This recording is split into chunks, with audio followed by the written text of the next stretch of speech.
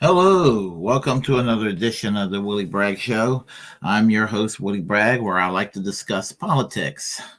And today we're going to have a nice little discussion, a little chat about third parties, broad, not even particularly partisans, although even though it isn't partisan, you will know where my ideological sensibilities reside.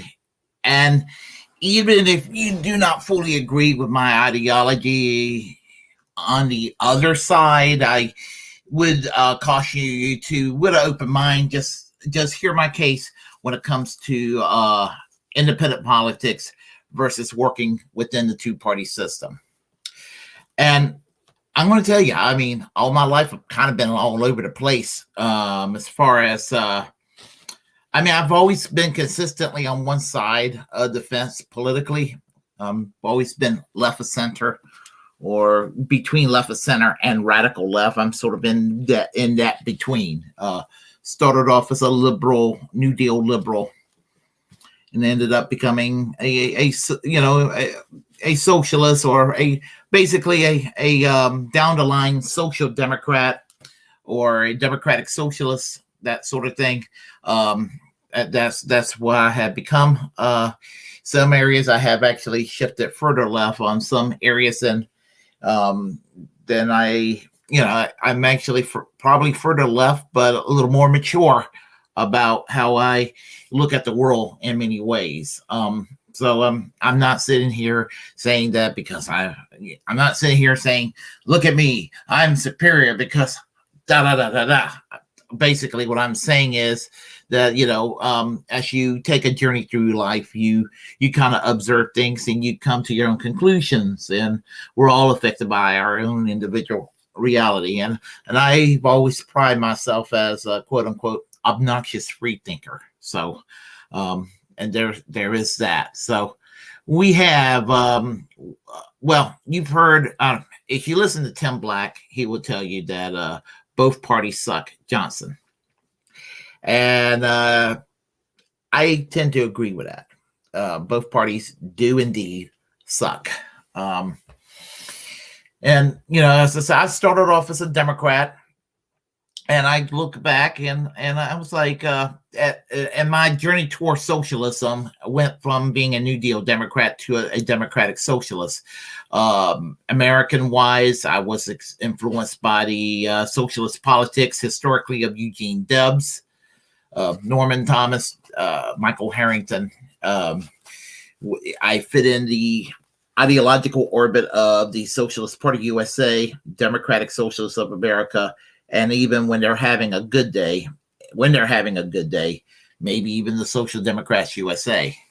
And that's been my ideological orbit throughout my life as a socialist, for almost the last 30 years.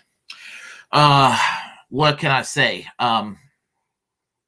When it comes to overseas, my big model for socialism has been the British Labour Party prior to the 1990s.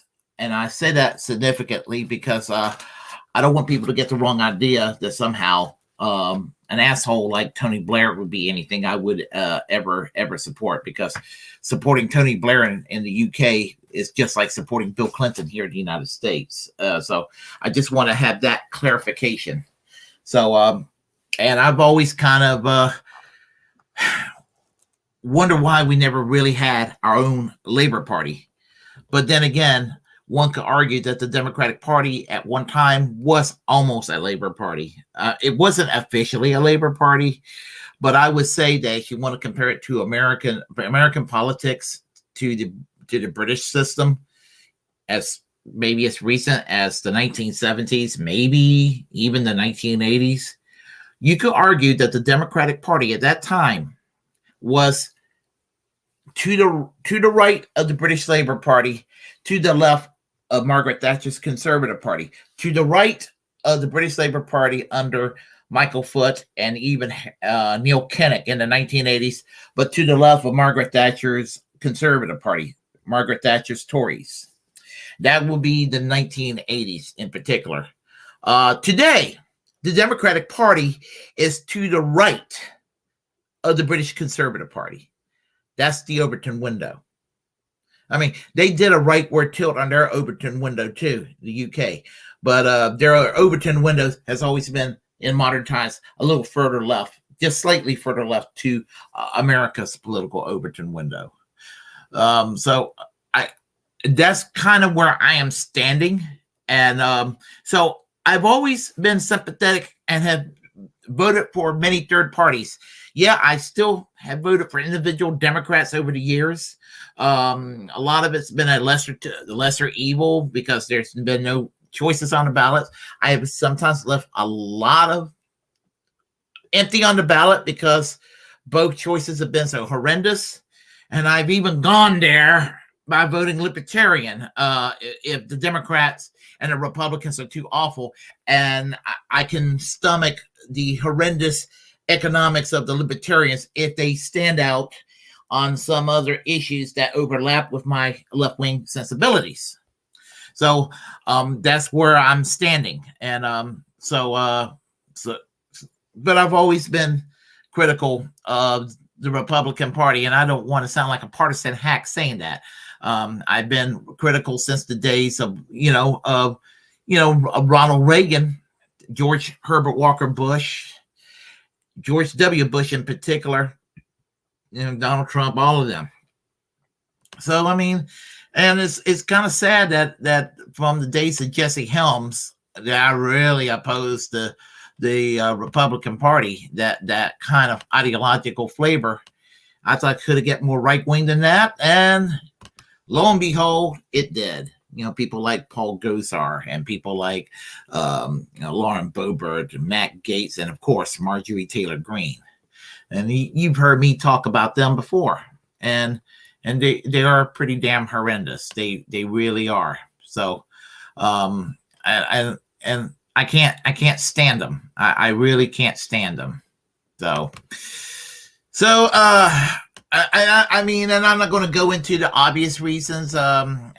You've heard me. I mean, I don't like the economic conservatism, the capitalism that they espouses, and it's not really all that much different from the Democratic Party's capitalism after Bill Clinton took over the Democratic Party and had it moving away from the FDR New Deal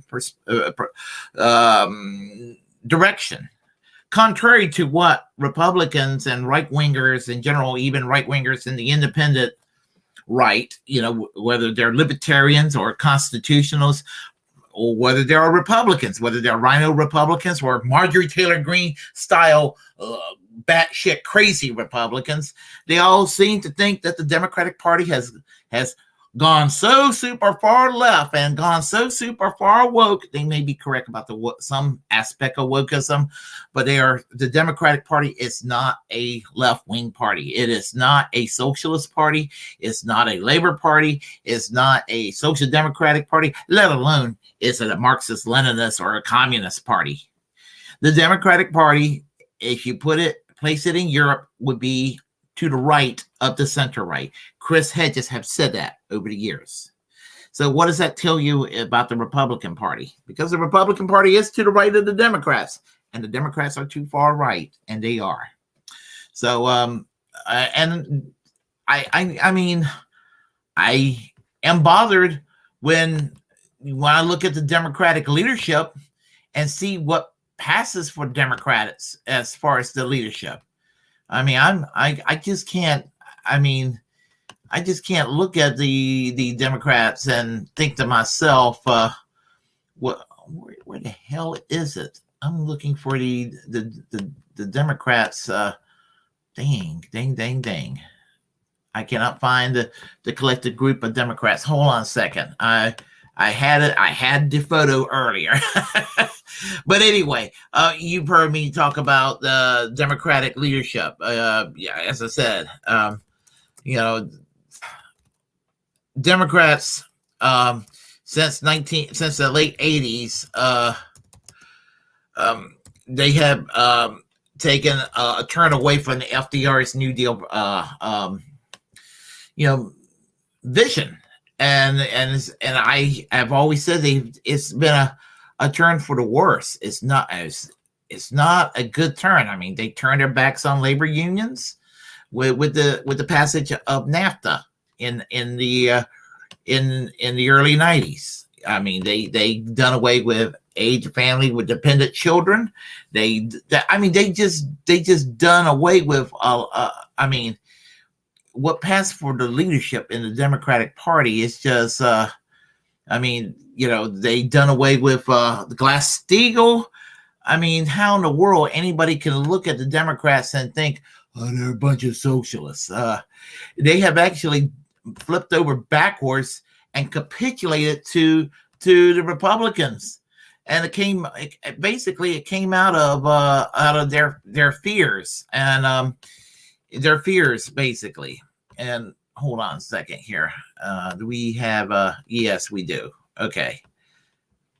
I mean, when Ronald Reagan won his landslide in 1984, the Democrats got scared and they wanted to move away from the Walter Mondale, Hubert Humphrey, New Deal, liberal, Great Society, liberal, union money, and all of that. So when Bill and Clinton took over the Democratic Leadership Council in the late 80s and basically it took over a lot of the institutions of the Democratic Party, the party moved away from the unions and moved away from what they call, the governmental activism in the economic sector. You heard Bill Clinton's speech in 1995, the era of big government's over. And all the Democrats did was treated the Republican right much nicer than they treated the left. They treated the left like an ugly redheaded stepchild. No offense to redheaded ugly stepchildren. But the thing about it is that's what they did. That was horrible. I mean, it was horrible.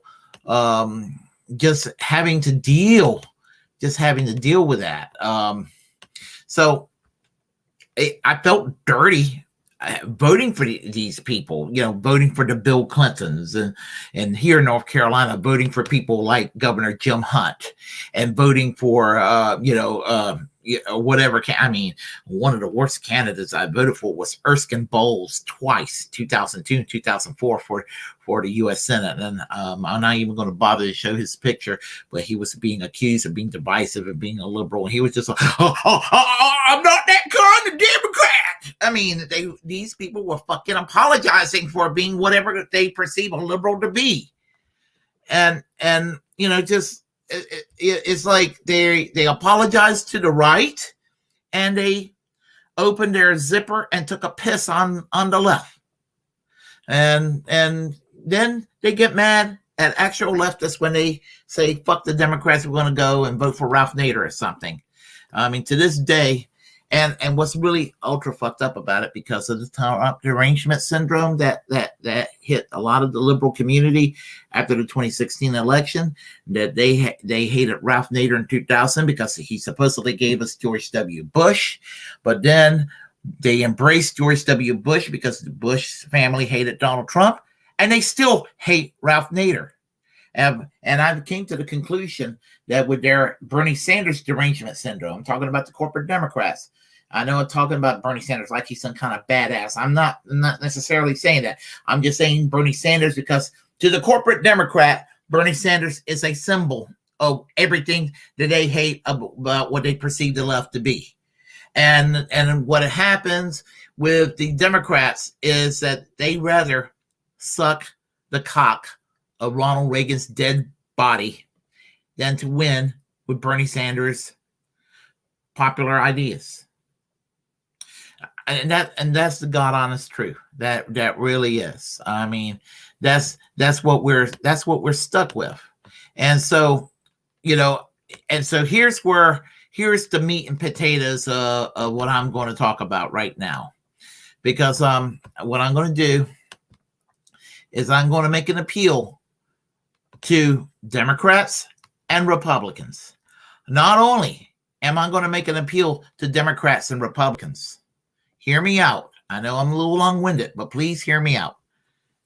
I'm going to, whether you are a dyed-in-the-wool hardcore leftist or, New Deal liberal, social democrat, or what have you, if you're left of center and you don't like the Bill Clinton style Democratic Party going further right, you got choices on the ballot. Sometimes, there are choices on the ballot. Most of the time, it will be the Green Party. Take it from me. I've been in the Socialist Party USA. If you're lucky enough, if you check the Socialist Party candidates running for whatever office, or if the Socialist Party USA or the Green Party's too moderate for you, and you're a little more hardcore, look at the Socialist Workers Party, which is Trotskyist group, or whatever. I'm just giving y'all like an example. Now, if you're a Republican and you don't think that Donald Trump is conservative enough for you, or you don't think, heavens forbid, you think that if you're in a district and you don't have a Marjorie Taylor Greene like nutcase to vote for, and you want a Marjorie Taylor Greene like nutcase to vote for, but your Republican is docile and too much of a rhino for your taste, go and look at the Constitution Party in your district. If there's a candidate running for U.S. Senate or governor or member of Congress, go ahead, vote for that person. And for that Democrat and that Republican, don't worry if the party that closest aligned with you that disappoints you loses in that regard. You're voting your hopes. You're not voting your fears. That's the problem with this country. We all vote our fears instead of our hopes. And we can't do a simple act like vote for a third party. We're supposed to be like super individualistic, but we're caught in the blue team, red team, every election cycle. We can't bring it on ourselves. And what about maybe a Democrat or a Republican that's socially liberal, fiscally conservative? They do exist in both parties, and you just have good vibes, and you want the government out of your bedroom, and you want the government to to not be snooping in people's private lives, and you're cool with LGBTQ. You want people to smoke pot, but you want to keep your taxes low, and you don't want the government in your life and your wallet. Go and vote libertarian. So what do you have to lose? Honestly, what do you have to lose doing this? You got two shitty political parties called the Democrats and the Republicans.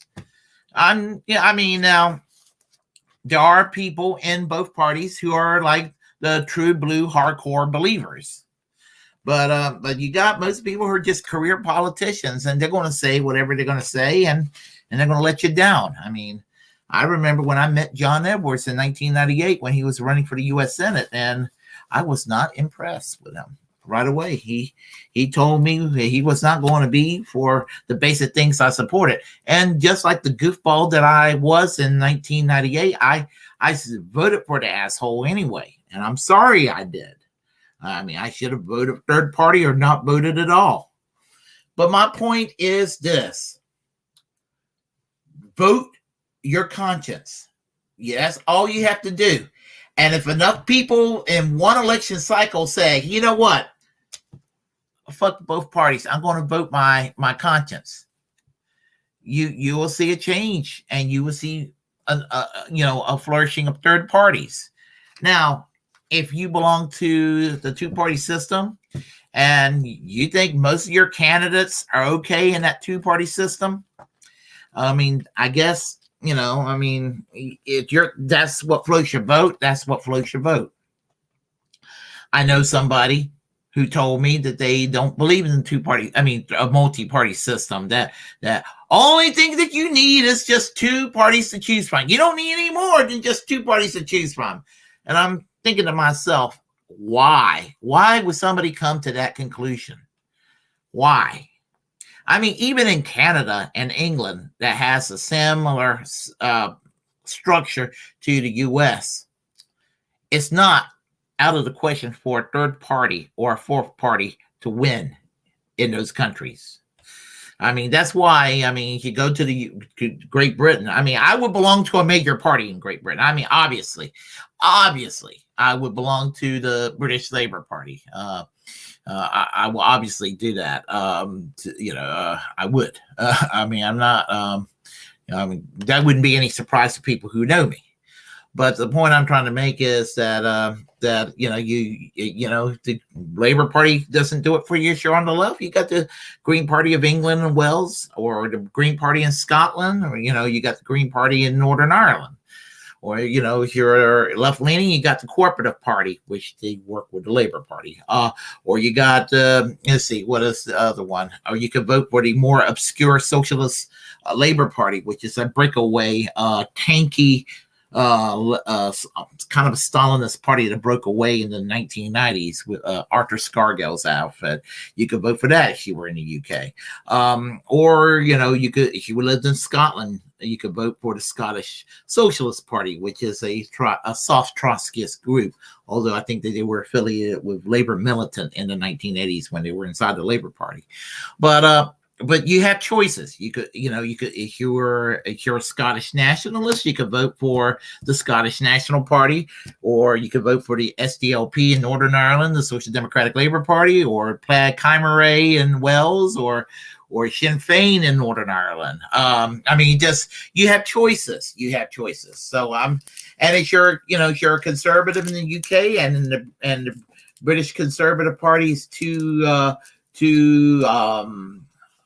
moderate for you, you can vote for the United Kingdom Independence Party, the UK Independence Party. You can vote for that.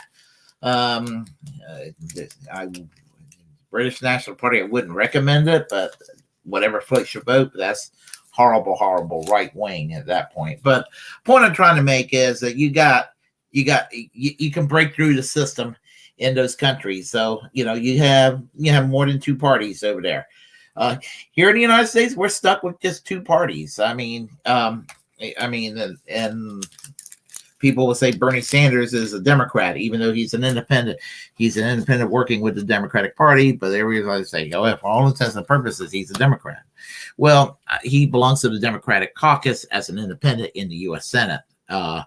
Even if you break through, a libertarian breaking through, getting elected to Congress or the Senate, or the Green Party doing the same, they will probably have to join a caucus within the two-party system. So, and it will amount to the same thing. But the point is that you will have what could look like something that would be like leverage breaking for, something that could look more like leverage.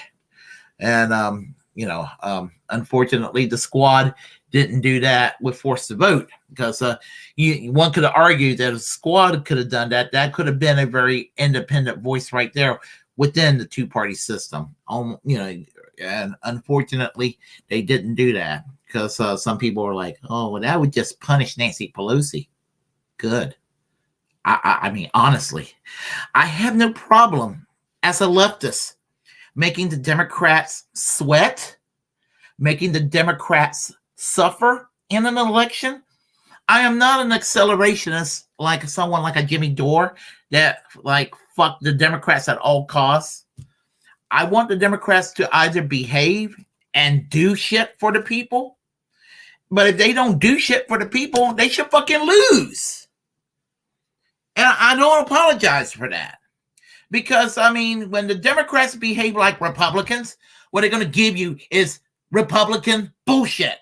And that's what's been going on since the days of Bill Clinton. It went on prior to Bill Clinton, but it went on overdrive because of Bill Clinton. And so, and I get, every few years when I vote in certain controversial elections, I get a lot of shit. I got a lot of shit when in 2000 because I voted for David McReynolds in North Carolina. Didn't make a difference. The retards in North Carolina voted for George W. Bush. It didn't make a difference down, if I didn't live in Florida. I still would have voted for David McReynolds if I lived in Florida anyway. But, and I voted for Jill Stein in 2016. And North Carolina was going to go for Trump anyway. And I voted for Howie Hawkins in 2020. I'll fucking do it again. I will do it again and again and again and again. Because if the Democrats can't be for things like Medicare for all, and they can't be for labor law reform, and they can't be for ending these wars, they can't be for taking on the banks, they can't be for taking on, a military industrial complex, or doing some basic things like even raising the minimum wage.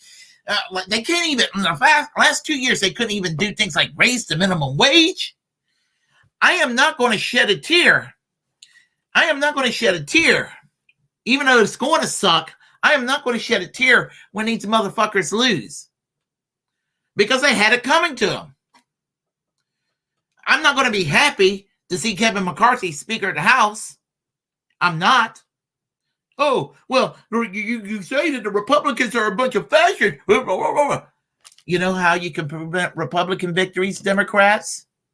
Stop being Republican light.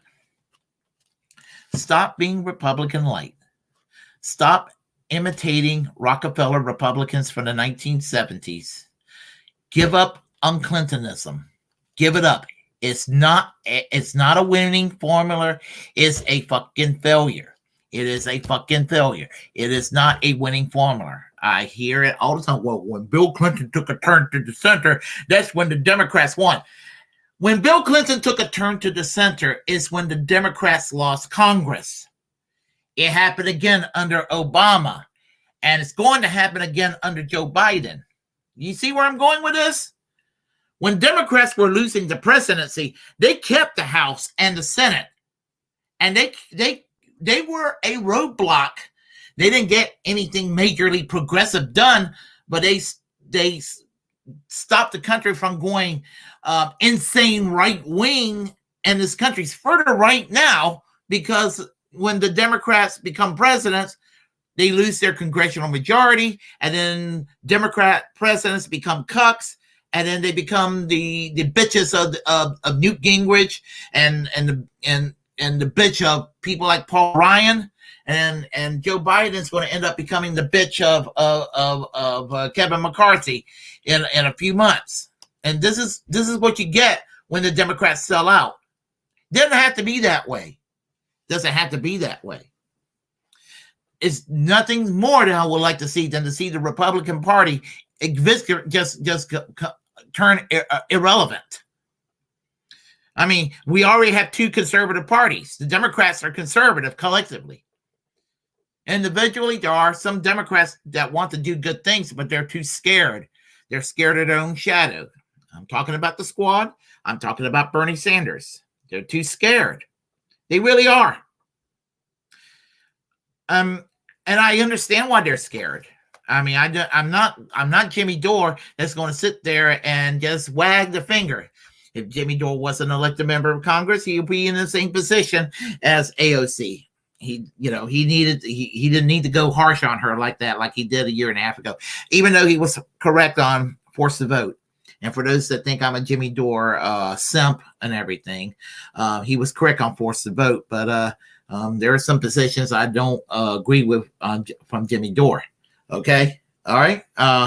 And I mean, I don't agree with, as I said, I mean, just because some of these people on the online left say what they say, and I may agree, broadly speaking, with all the factions of the online left, doesn't mean that I agree lockstep with everybody, whether it's the TYT left or the Kyle Kalinske left or the Jimmy Dore left. There's something that all three factions have to say that's valid. And there's something that all three factions have to say that's, pretty much full of holes. But I'm kind of pontificating here, and I'm doing this from my side. As I say, if you're a conservative listening to this, you're probably hearing me say this, and you're thinking, and I told you, if you're a conservative, you'll probably hear it from a left-wing perspective. This is why I am the way I am. And I do know one or two conservatives that do subscribe to this channel that I do get along with on a personal level. So, they understand where I'm coming from, and we're cool about it. But the point I'm trying to make is that here we are in a situation where, the Democratic Party went from being slightly to the right of the Labour Party in the UK in the 1970s and 1980s to being to the right of Boris Johnson's Conservative Party. They're to the right. The Democratic Party today is to the right of Margaret Thatcher's Tories in the early 80s. Margaret Thatcher, worst prime minister ever, supported the NHS. Joe Biden doesn't even support the public option. Something is fucking wrong with this country, with this Overton window. I want that Overton window to the right to be put to a halt and to shift it back to the left. I hate to quote or paraphrase Jordan Peterson in a positive way because I'm not a fan. I don't hate Jordan Peterson. I don't get triggered the way some leftists do. Oh, Jordan Peterson, sky's falling. But no, I would say one positive thing about him, and he was correct years ago when he said that when it comes to politics, that there is a need to have a left and there's a need to have a right to kind of balance things out. They kind of need each other in a lot of ways in a functioning democracy, where basically, and I'm paraphrasing him, where basically the very best ideas can kind of formulate to something that's workable. And I know that's almost sounding very third way of what I got to say. And I promise you, I'm not a centrist and I'm not pro third way. I mean, I'm almost a fucking tanky on issues like healthcare. I mean, when it comes to healthcare, I mean, I'm almost a tanky at this point. But when it comes to, I would not have a problem if the U.S. government decide to just put the private health insurance company executives and the people that control the big pharma to just take away, just to confiscate the insurance companies, to confiscate the big pharma and put those motherfuckers in jail and restructure the healthcare system to make it available to the American people. I would have no problem with that. And it's not going to happen. Am I uttering it to those that would be like, oh, no, look what he just said. Don't worry. It's not going to happen. America collectively is too stupid for it to happen. So we're too stupid to have a national health service. So relax out there. But the point I'm trying to make is, at the end of the day, whether you're on the left or you're on the right, most people from both parties are not happy with the two-party system. What do you got to lose? Why don't you just go ahead and reject both parties this election cycle? Go ahead, reject both parties for a change. Reject it. Just fuck them both. Just reject the two-party system. Just like Tim Black says, both parties suck, Johnson, because it sucks. If you like what you heard, press like and comment. If you disagree with what I have to say, comment anyway. Feel free to share the content on this channel. As the First Amendment absolutist, it's my duty to inform you to create your own platform and utilize it, because we are, in fact, the muckrakers of our time. Hit that notification bell, hit that subscribe button, and remember, from my perspective, and maybe perhaps the majority of my subscribers and all my fans, we have a class war to wage. Let's wage it. And when it comes to military interventionism abroad, we must oppose that 100%, because all that does is, war is a racket. It serves defense contractors and the military-industrial complex, just like Eisenhower warned us. And also remember, we need to defend free speech, absolute free speech, because when we do, we're defending our own damn free speech. And that means we need to defend freedom of the press, which means that that includes people like Julian Assange, who's a political prisoner. And if Julian Assange is not free, none of us are free, which means that we're all Julian Assange. So until next time, I will conclude by saying, like I normally say, and that is music. Take care. Bye-bye.